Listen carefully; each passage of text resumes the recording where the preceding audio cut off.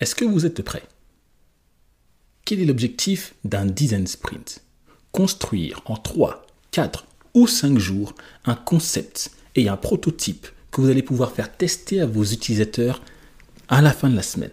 L'objectif, c'est qu'à la fin de la semaine, vous allez avoir un retour de clients et d'utilisateurs potentiels qui vous diront directement si votre produit et votre service les intéressent, si votre concept mérite d'être développé.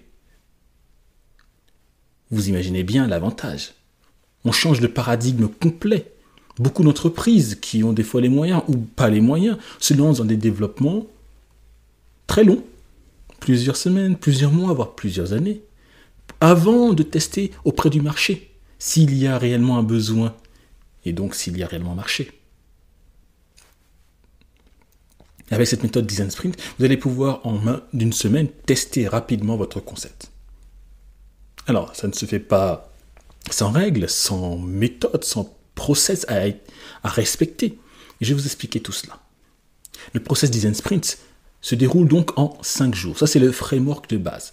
Vous verrez que de nombreuses entreprises et agences ici-là dans le monde ont réussi à réduire ce concept de 5 jours à 3 jours.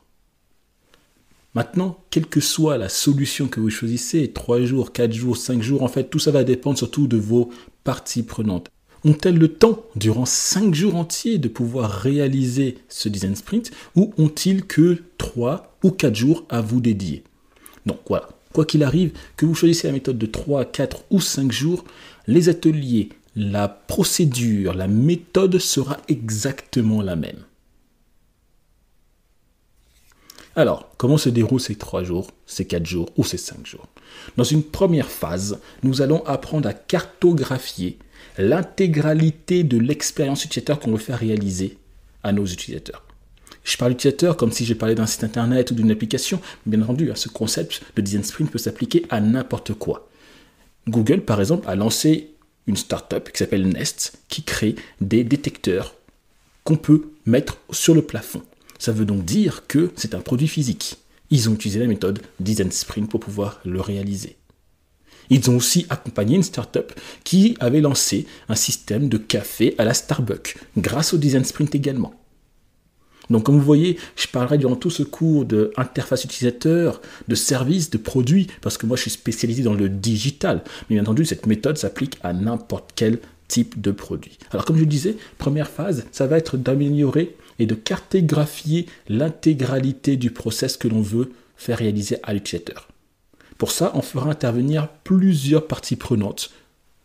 Et c'est très important. Deuxième étape, on va apprendre à sketcher, c'est-à-dire dessiner à quoi doivent ressembler nos divers écrans, nos diverses étapes dans le process d'utilisation de la solution ou du produit que l'on veut monter et lancer. Ensuite, on va apprendre à décider, parce que tout le monde aura plein d'idées, mais il faudra vraiment décider dans quelle direction on va.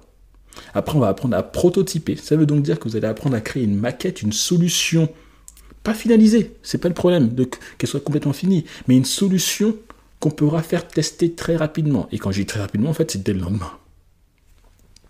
Alors, le lendemain, qu'est-ce qu'on fait? On fait appel à des utilisateurs. On leur demande de tester la solution et de nous dire ce qu'ils en pensent. Alors, bien entendu, l'idée, c'est qu'on va les guider dans le but de récolter le plus d'informations possible. Comme je vous le disais, à la fin de la semaine, vous allez avoir quoi? Un prototype qui fonctionne, une idée claire de ce que vous voulez réaliser, mais surtout, et le plus important, vous allez avoir des retours utilisateurs concrets. Ça veut donc dire que vous allez savoir exactement ce que pensent vos clients utilisateurs du concept que vous voulez développer. Et ça c'est nouveau. Ça, c'est novateur. Alors certains vont me dire, quelle est la différence entre design sprint, design thinking et j'en passe? Il n'y a pas vraiment de différence, l'objectif est le même. Là où il y a une véritable différence, c'est dans les méthodes que l'on met en place. Dans le cas du design thinking, l'idée c'est de faire intervenir les gens dès le début du projet. Quand je dis les gens, je parle des utilisateurs. Dans le cas du design sprint, on va faire intervenir l'utilisateur, certes, mais surtout, on va faire intervenir tous les acteurs, toutes les parties prenantes de l'entreprise. Vous allez faire intervenir le responsable du service client, un commercial, un développeur, un directeur, un responsable régional. Vous allez faire intervenir tout le monde parce que chacun a une idée, qu'il le sache ou non, a une idée de ce que vous pouvez proposer à vos utilisateurs parce qu'ils ont déjà été en contact avec l'utilisateur. Mais nous allons développer ça tout à l'heure, ne vous inquiétez pas.